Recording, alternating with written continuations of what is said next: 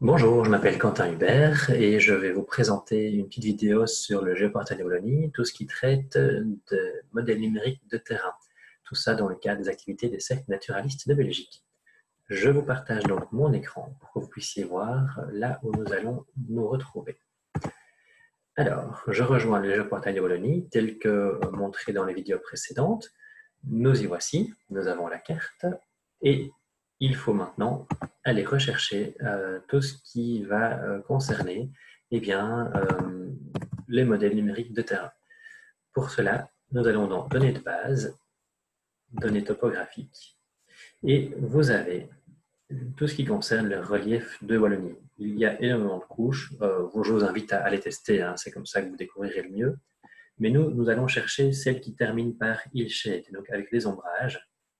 Et vous pouvez prendre en plus le relief de Wallonie, modèle numérique de terrain, donc sans extension supplémentaire.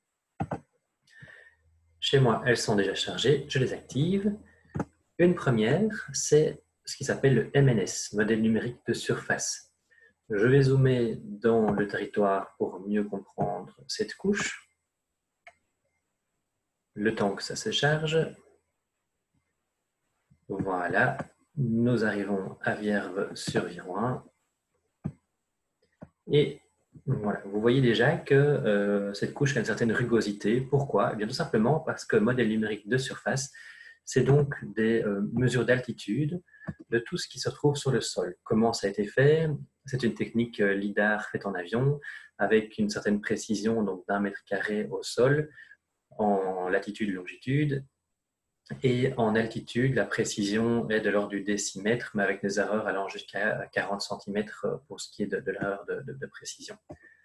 Donc, cette couche modèle numérique de surface nous permet d'observer les bâtiments, ici l'écocide de la vallée du Viroin, les arbres solitaires, ou bien les alignements, ou bien même les massifs un petit peu plus denses. Toutes les valeurs d'altitude sont trouvables en interrogeant la couche avec l'outil d'interrogation. Si vous cliquez quelque part, par exemple sur le fait du toit de l'auditoire, eh bien, je retrouve l'altitude de surface qui est de 143 mètres, l'altitude de terrain de 134 mètres, et donc je peux en déduire que l'auditoire fait 90 mètres de haut, 9 mètres de haut. Ça, c'est donc le modèle numérique de surface. Donc, on reprend tout, très intéressant pour les forestiers, pour voir un petit peu les évolutions du massif forestier, les densités, etc. Si maintenant on nettoie ce modèle, qu'on en retire les bâtiments, les arbres, voire même les voitures, qu'est-ce qui nous reste? Eh bien, le modèle numérique de terrain. Je vais donc l'activer. Voilà, on a en fait un sol nu. On retrouve évidemment ici le sillon du chemin de fer, on devine le Viroin, on retrouve les routes, mais tout est nettoyé des bâtiments et des arbres. Extrêmement intéressant, hein, ça nous permet de voir ce que l'œil nu ne voit peut-être pas au niveau des sols. Et pour mieux interpréter peut-être cette couche, ça peut être intéressant d'activer la troisième dont je vous ai parlé, donc modèle numérique de terrain pour ce qui relève de la Wallonie, avec ici, on a quoi? Eh bien, on a un jeu de couleurs qui va du bleu vers le rouge, donc des basses altitudes vers les plus hautes altitudes. Vous n'avez peut-être pas la même vision que moi, tout simplement parce qu'avec la roue dentée, vous pouvez jouer, comme ça a déjà été montré, sur l'opacité de la couche. Eh bien, si je joue une opacité intermédiaire, je vois encore un modèle numérique de terrain sur lequel les notions de variation de couleur me permettent de bien mettre en évidence les plus hautes et plus basses altitudes. Et c'est vraiment très intéressant pour comprendre un petit peu la géomorphologie de la région. On peut même faire l'exercice un petit peu plus poussé en allant rechercher la carte de géologie. Qu'est-ce que ça nous donnerait ça si on ajoutait la carte de géologie? Donc dans nature et environnement, sol et sous-sol, j'active la carte de géologie, je retire, je désactive celle que j'avais déjà. Et donc voilà, la géologie, ça ne me parle pas énormément de voir ces différentes zones colorées peut-être. Eh bien, je viens mettre un peu moins d'opacité et qu'est-ce qu'on retrouve là? Eh bien, on voit de manière particulièrement nette l'influence des couches géologiques sur le relief. Et donc, ça nous donne vraiment quelque chose d'extrêmement intéressant pour la compréhension de notre relief, de voir que ici, j'arrive dans la dépression de la Fagne. Eh bien, la dépression de la Fagne, c'est donc une roche tout à fait différente de la roche calcaire, ici donc dans les nuances mauve et bleutées. Le massif calcaire un peu perdu au milieu de la Fagne avec le village de Roly. Le Tienne-Bremont, magnifique massif calcaire avec un beau point de vue sur la hauteur du village de Nîmes. Et donc là, tout ça, c'est bien mis en évidence. Et le relief qui est derrière, grâce à mon modèle numérique de terrain, me permet de le voir de manière particulièrement intéressante. Je vois des trous. Les trous, c'est quoi? Eh bien, ce sont les différents fonderies, ce qu'on appelle habanais erronément dans la région. Donc, des sites qui ont été excavés en général pour l'utilisation de fer. Et donc voilà, tout ça, c'est bien visible. Voilà, je vois donc le sillon du chemin de fer, etc., etc.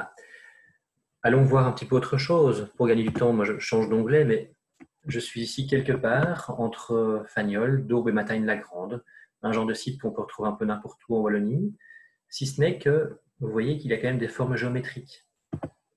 Des formes géométriques absolument invisibles à l'œil nu une fois qu'on est sur le terrain, parce que peut-être que dans mon massif forestier, ici je suis en plein massif forestier, il y a des ronces et je ne distingue rien du tout.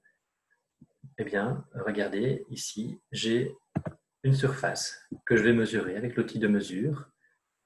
Voilà, je peux donc mesurer ma surface en cliquant aux quatre coins. Et qu'est-ce que j'ai? Eh bien, j'ai une surface de pratiquement 80 arts. Je double-clique pour fermer. Je peux mesurer les longueurs. J'ai un carré qui fait 90 mètres sur 90 mètres pratiquement, donc c'est pratiquement un carré parfait. Eh bien, qu'est-ce que c'est? Ça, c'est un ancien temple gallo-romain.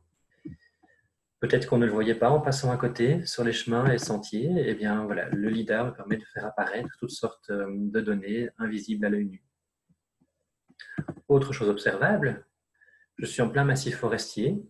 Si vous allez voir dans les anciennes forêts un peu partout en Ardennes wallonne, eh bien, vous allez tomber sur des cercles dont les espacements sont relativement réguliers. Les cercles ont une taille tout à fait régulière, en moyenne 10 mètres. D'ailleurs, je peux essayer de les mesurer. Je prends l'outil de mesure.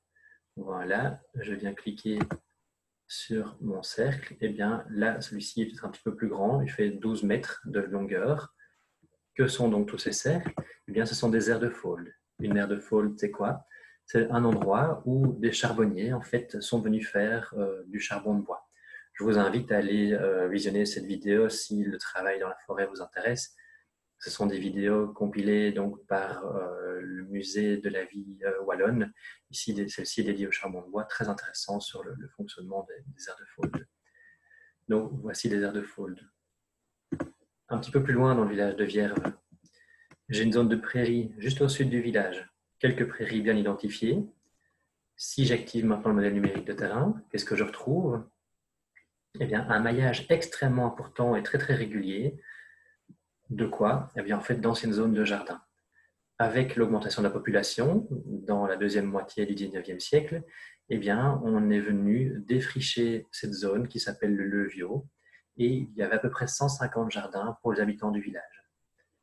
Actuellement, eh bien, on a un exploitant agricole qui fait de l'élevage en prairie, mais historiquement, je ne le vois plus aujourd'hui, mais le LiDAR me le montre bien. Historiquement, on avait donc une multitude de jardins extrêmement réguliers dans cette parcelle. Qu'est-ce qu'on peut essayer de faire d'autre? Eh bien, donc là, avec les modèles numériques, vous avez vu celui de surface, celui de terrain, qui nous montre un petit peu tout ce que l'œil ne peut plus voir actuellement dans le sol. On peut aussi mesurer les altitudes, mesurer les reliefs. Donc, on a tout à l'heure fait des mesures de longueur, mesures de surface. Eh bien, mesurons des profils. Je clique sur une zone, je trace ma ligne, je double-clique pour terminer. Et qu'est-ce que je vois apparaître? Eh bien, donc, mon profil. Si je voyage dessus avec ma souris, vous voyez que sur mon écran, le point bouge aussi. Et j'ai donc le relief très précis de la vallée du Viroin ici. Donc, je démarre à une altitude de 220 mètres pratiquement. Je descends au point bas vers 130 mètres d'altitude au niveau du Viroin. Et puis, je remonte le versant ardennais jusqu'à presque 300 mètres d'altitude. Je peux faire des reliefs en ligne droite, avec plusieurs points, des lignes, des multilignes, ou bien même, je peux venir sélectionner un tracé GPS que j'ai moi-même importé. Ça, je vous montrerai dans le cadre d'une prochaine vidéo. Et je vais donc avoir le relief de tout mon parcours. Ça paraît peut-être un petit peu lisible ici. Je vais zoomer. Voilà, avec la petite loupe. Et j'ai donc le relief ici du parcours de comparaison ordonnée-calestienne que nous réalisons régulièrement avec les écoles. Et donc, vous voyez que j'avance, je me retrouve le long du Viroin, je monte de manière assez raide sur une réserve naturelle, je redescends un tout petit peu pour remonter sur les tiennes le plus élevées au-dessus du village, et puis je redescends jusqu'au Viroin. De l'autre côté, je monte en plusieurs étapes sur le versant ordonné, avec des altitudes relativement précises et la distance qui va avec. Donc voilà, nous avons vu les outils de mesure, de distance, de surface, de profil.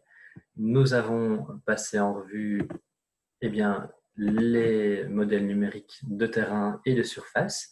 Les deux sont très intéressants. Pour la géologie, je trouve que le modèle numérique de terrain ressort un petit peu plus, notamment le cas de certaines carrières assez impressionnantes à pouvoir observer un petit peu partout en Wallonie. Ça vaut vraiment la peine.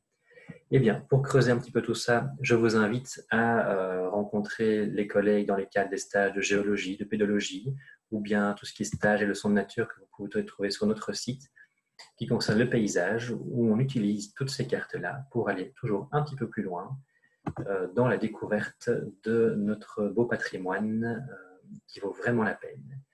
Voilà, je vous remercie. À bientôt.